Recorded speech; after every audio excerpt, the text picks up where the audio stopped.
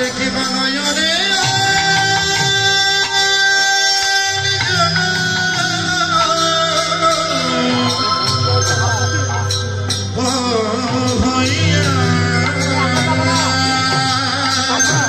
গোরায়া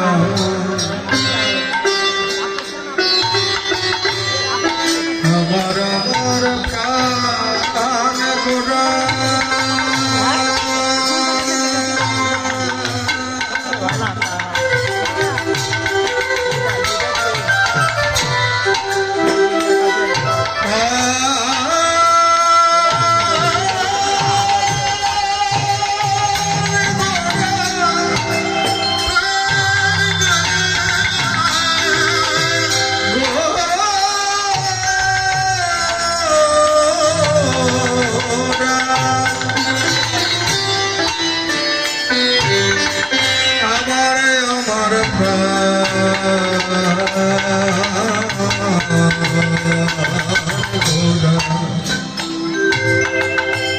নয়নে অনজন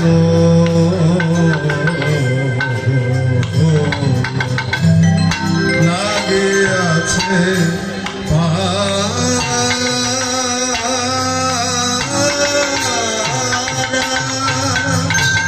কালে তারে দেখে যে এলাম রে দেখে যে এলাম রে দেখে যে এলাম রে ওই সুরধনী গঙ্গার ঘাটে দেখে যে এলাম রে ওই সুরধনী গঙ্গার ঘাটে দেখে যে এলাম রে আমি কি সেবা গণি রে সেবা গণি রে সেবা গণি রে আরে যার তুলনা তারি সাথে কি সেবা গণি রে তুলনা তারি সাথে কি সেবা গণি রে তুলনা তুলনা তুলনা তুলনা মানে যার তুলনা তারি সাথে তুলনা তুলনা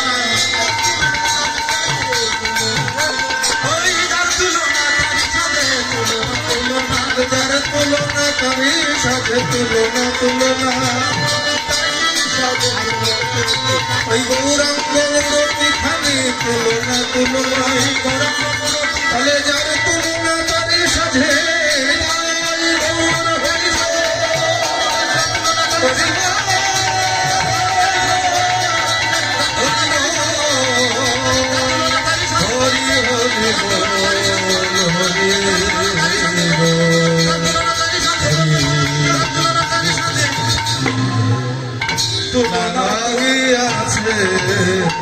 লাগিয়াছে পারা পারা পারা পারা লাগিয়াছে পারা লেগেছে গোরা লেগেছে পাশরা আমার নয়নে অনেজন হইয়া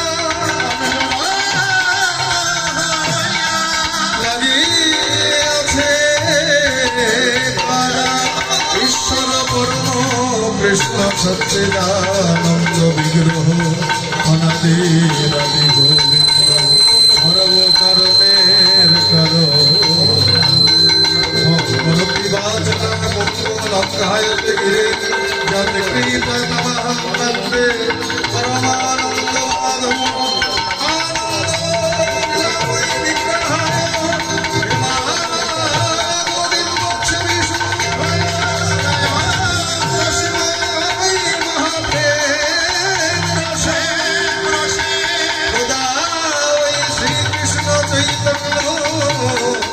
চন্দ্রায় নমঃ নমঃ নমঃ জয়নিতা জয় গুরু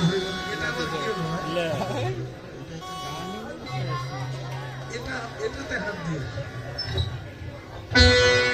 জয়নিতা শুধু সজ্জন সমাগত গৌর অনুগা কৃষ্ণ অনুগা আমার ভক্তিমতী মা এবং বাবারা লীলা প্রারম্ভে সবার চরণে রইল কীর্তন জগতের সর্বকনিষ্ঠ জ্ঞানহীন ভক্তিহীন কৃষ্ণ প্রেম মাধুর্যহীন পরমদিন উত্তমানন্দ দাস এবং আমার এই ক্ষুদ্র সম্প্রদায়ের কোটি কোটি ধন্যবাদ।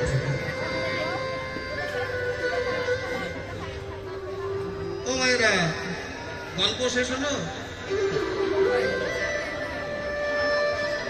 আর একটু করবেন? গেলে ভালো হতো। এতগুলো বাবারা বসে আছে এখানে, আর মাত্র এই কয়জন মায়েরা, বলি হারি যায়।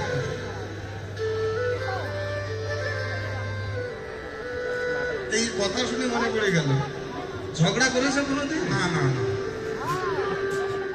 ঝগড়া করনি, ঝগড়া জানেই না। আমার বাবারা কি বলেন, এখানকার মায়েরা ঝগড়া জানে না, জানলেও স্বীকার করবে না, তাই তো? এই যে ঝগড়া একটা অত্যন্ত বাজে জিনিস, আর সেই ঝগড়াটা যদি মেয়েদের মধ্যে শুরু হয় তাহলে কিন্তু একেবারে অসহ্য হবে। কেননা জীবনে অনেক মেয়ে ছেলের ঝগড়া দেখেছি, যে ঝগড়া কি নিয়ে শুরু হয় আর কোন জায়গায় কি শেষ হয় বলতে গেলে মুখস্থ হয়ে গেছে। মেয়েদের ঝগড়াটা প্রথম শুরু হয় দেখবেন গালাগাল দিয়ে। প্রথম হলো গালাগালি, 2 নম্বর ঠেলাঠেলি, 3 নম্বর হলো কিলুকিলি, আর একেবারে লাস্ট স্টেজ যেটার নাম হলো চুলোচুলি। চুল একবার ধরতে পারলে হয়, হাত ছাড়া যাবে না। তো ঝগড়া বাজে জিনিস হলেও জগতে এমন অনেক ঝগড়া আছে যেটা করতে গেলে, করাতে গেলে, শুনতে গেলে, শোনাতে গেলে অর্থ আয় হয় বা অর্থ ব্যয় হয়। যেমন আজকে এখানে কীর্তন হচ্ছে, কীর্তন না হয়ে যদি কবিগান হতো, তা দেখা যেত আসরে দাঁড়িয়ে একজন গায়ক আর একজন গায়কের সঙ্গে ঝগড়া করছে। সেই ঝগড়াটা করে তারা অর্থ নিয়ে বাড়ি যেত, ঝগড়া করানোর জন্য কমিটি অর্থ দিত, আবার ঝগড়া শোনার জন্য ভক্তগণ অর্থ ব্যয় করে। তাহলে ঝগড়া বাজে জিনিস হলেও জগতে এমন অনেক ঝগড়া আছে যেটা করতে গেলে, করাতে গেলে, শুনতে গেলে, শোনাতে গেলে অর্থ আয় হয় বা অর্থ ব্যয় হয়। কেন কথাটা বললাম? কেন আজকে এই আসরে আমরা একটা ঝগড়ার কথা শুনবো, সেই ঝগড়াটাও দুজন নারীর মধ্যে। এই ঝগড়াটার কথা যদি আমরা একাগ্র চিত্তে শুনতে পারি, অর্থটা কার কি লাভ হবে জানি না, তবে পরমার্থ তো সবারই লাভ হবে। ঝগড়াটা কার সঙ্গে কার? তাহলে যাকে আমরা বলি গৌরাঙ্গ প্রিয়া, মানে গৌরাঙ্গ মহাপ্রভুর সহধর্মিনী। নামটা জানেন বাবা? ঐশ্বরিয়া। বাবা এই তো পিছনে বলতে হবে, বিষ্ণুপ্রিয়া, ঐশ্বরিয়া না। ঝগড়াটা করছেন কার সঙ্গে? বলে তার একেবারে সব থেকে ছোটবেলার বান্ধবী, নাম হলো তার কাঞ্চনা। বিষ্ণুপ্রিয়া ডেকে বলছে, জানিস কাঞ্চনা, আমার গৌরাঙ্গ রূপের তুলনায় এ জগৎ কেন, এই ত্রিজগতে কোনো কিছুর সঙ্গে দেওয়া চলে না। স্বরূপে আরো যার রসিক নাগরতা, প্রাপ্তি যেন গৌর করে বলে। এই জগতে রূপ বলতে যাহা কিছু হয়, রূপ বলতে যাহা কিছু আছে, সকল কিছু যেন আমার গৌরাঙ্গের শ্রীপাদ। সজনী যে দেখেছে গৌর বদন, সে কি আর ঘরে রয়, তার হৃদয় আকাশে গৌর রূপের বাতি মাঝে মাঝে ঝলক দেয়। না দেখিলে চন্দ্র বদন কোনাগরি পাওয়া যায়। একবার যে নয়ন করে দর্শন করেছে, যেদিন তোরাও দেখবি সেদিনই ভুলিবি, সেদিনই ভুলিবি, আমার মতন হবে বাউলিনী হইয়া কাঁদিয়া বেড়াবি, যাচিয়া যৌবন বিষ্ণুপ্রিয়ার কথা শুনে কাঞ্চনা ডেকে বলছে, আরে ও বিষ্ণুপ্রিয়া, মাথা ঠিক আছে তোর? আর কাউকে পেলি না শেষ পর্যন্ত? সচিন নন্দন। আরে বাবা কি আছে ও? দিনহীন কাঙাল হত দরিদ্র নুরন্তে যার পান্তাপুর, ওই তাকেই তোর এত ভালো লাগলো? আরে বাবা এই নবদ্বীপ হলো শিক্ষার স্থান। কত দূর দূরান্ত থেকে জমিদার পুত্র, রাজপুত্র, তারা এই নবদ্বীপে আসে শিক্ষা গ্রহণ করতে, তাদের কাউকে মনে ধরলো না শেষ পর্যন্ত সচিব নন্দন নিমা। মহাজন লীলার পাশে দাঁড়িয়ে বললেন, কাঞ্চনা এই একটা কথা তুমি বড় যথার্থ বলেছো। কি কথা? তা সত্যি আমার নিমাই বড় দিনহীন কাঙাল হত দরিদ্র। এই যে বাবা আপনারা তো পরিব্রাজক সর্বত্র ঘোরেন, বলতে পারবেন নবদ্বীপে মহাপ্রভুর কয় বিঘা সম্পত্তি ছিল? কি বাবা বলতে পারবেন কেন? ওই পেছনে যে বাবারা আছেন বলতে পারবেন কেন? আমি তো কোনো শাস্ত্র গ্রন্থেও দেখিনি বা কোনো ভাগবত বক্তাকে বলতে শুনিনি যে মহাপ্রভুর দুঃখেনা সম্পত্তি ছিল। শাস্ত্রে কত সুন্দর সিদ্ধান্ত দিলেন যে আমার মহাপ্রভু কোনো কাঠা বিঘাতে বসবাস করিতেন না। আমার মহাপ্রভু কোথায় বসত করতেন? না, মহাপ্রভু বসত করতেন তার অনন্ত কোটি সাধুগুরু বৈষ্ণব ভক্তের হৃদয় মন্দিরে। তাই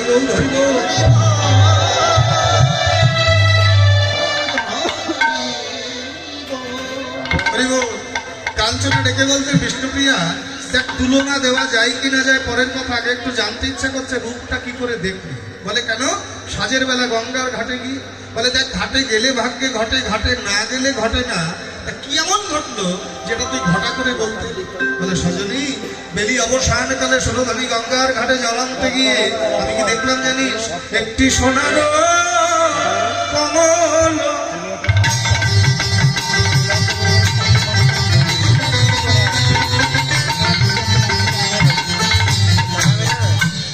ওই না সুরধনির জলে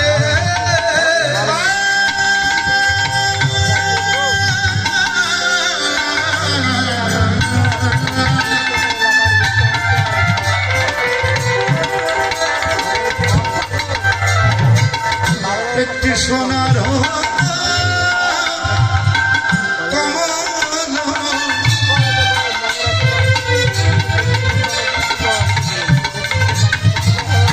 ওই না সুরধনি জলে একটি সোনার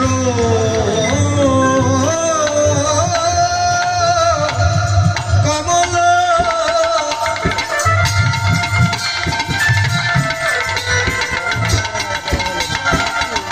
ওই না সুরধনির জলে একটি সোনার কমল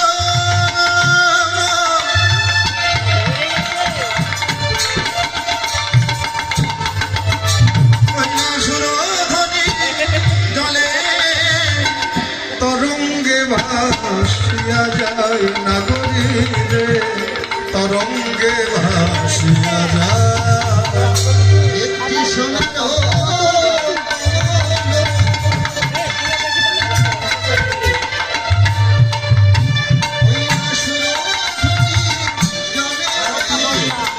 তরঙ্গে ভাসিয়া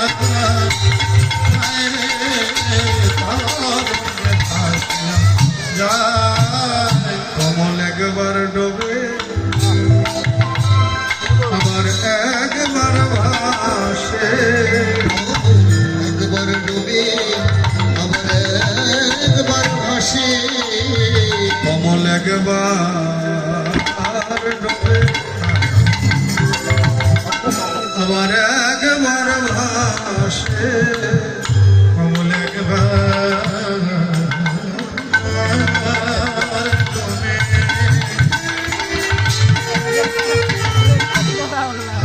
একবার ভাসে ওই না সুরধনি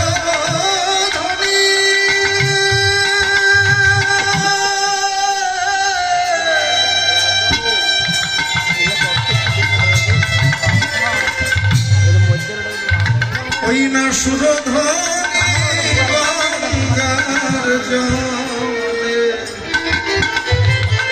কমল একবার ডোবে আবার একবার ভাসে ওই না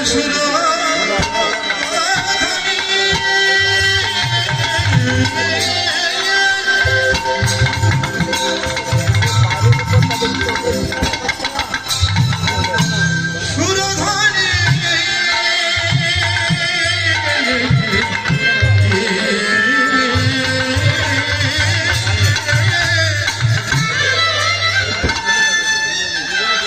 ওই না সুরধনি